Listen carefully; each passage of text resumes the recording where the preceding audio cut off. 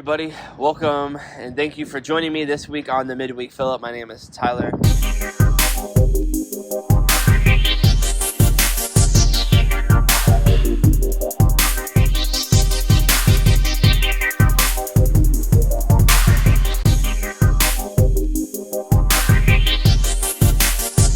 This week I want to talk about keeping our confidence in God.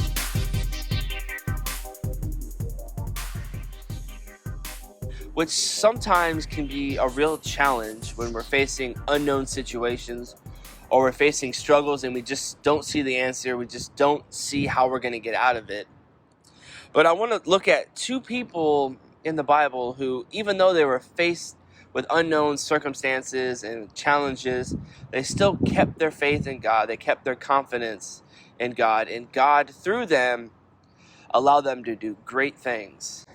So the first person I want to look at is going to be Joshua. After the death of Moses, Joshua was devastated because Moses was Joshua's mentor, his teacher, and was like a father-like figure to Joshua.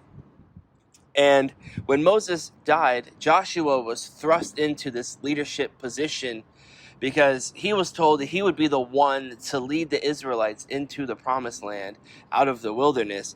And Joshua just felt like he was unprepared. He wasn't worthy because he was going to fill the shoes of somebody who literally spoke to God face to face. But even though Joshua felt unworthy, the Lord spoke to Joshua and reminded him in Joshua 1:9, "Have I not commanded you?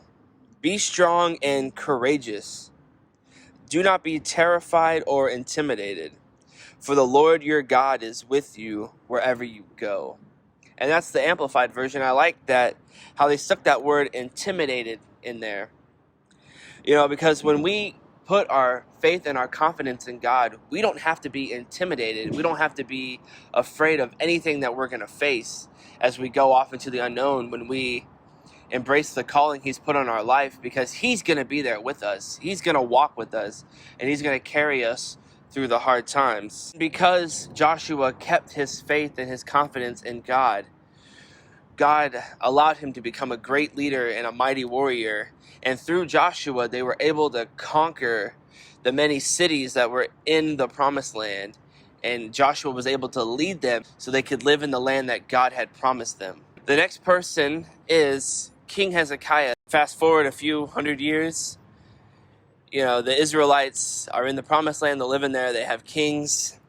And at the time, Hezekiah was the king of Judah. And during his reign, the Assyrian army had invaded and was trying to conquer Jerusalem.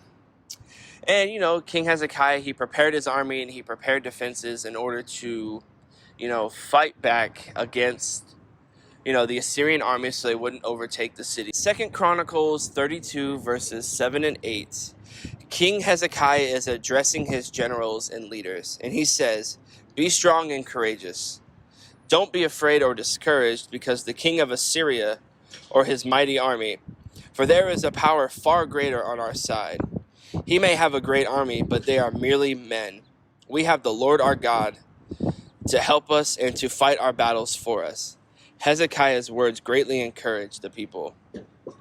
See, Hezekiah was reminding everybody that even though they were going to face this army, this massive army, and even though they had done everything that they can to prepare for it, that the only person who would truly provide them victory would be God. Their faith in God would bring them victory. When we face challenges in our life, sometimes we tend to look to our own strength and our own resources to get through those struggles.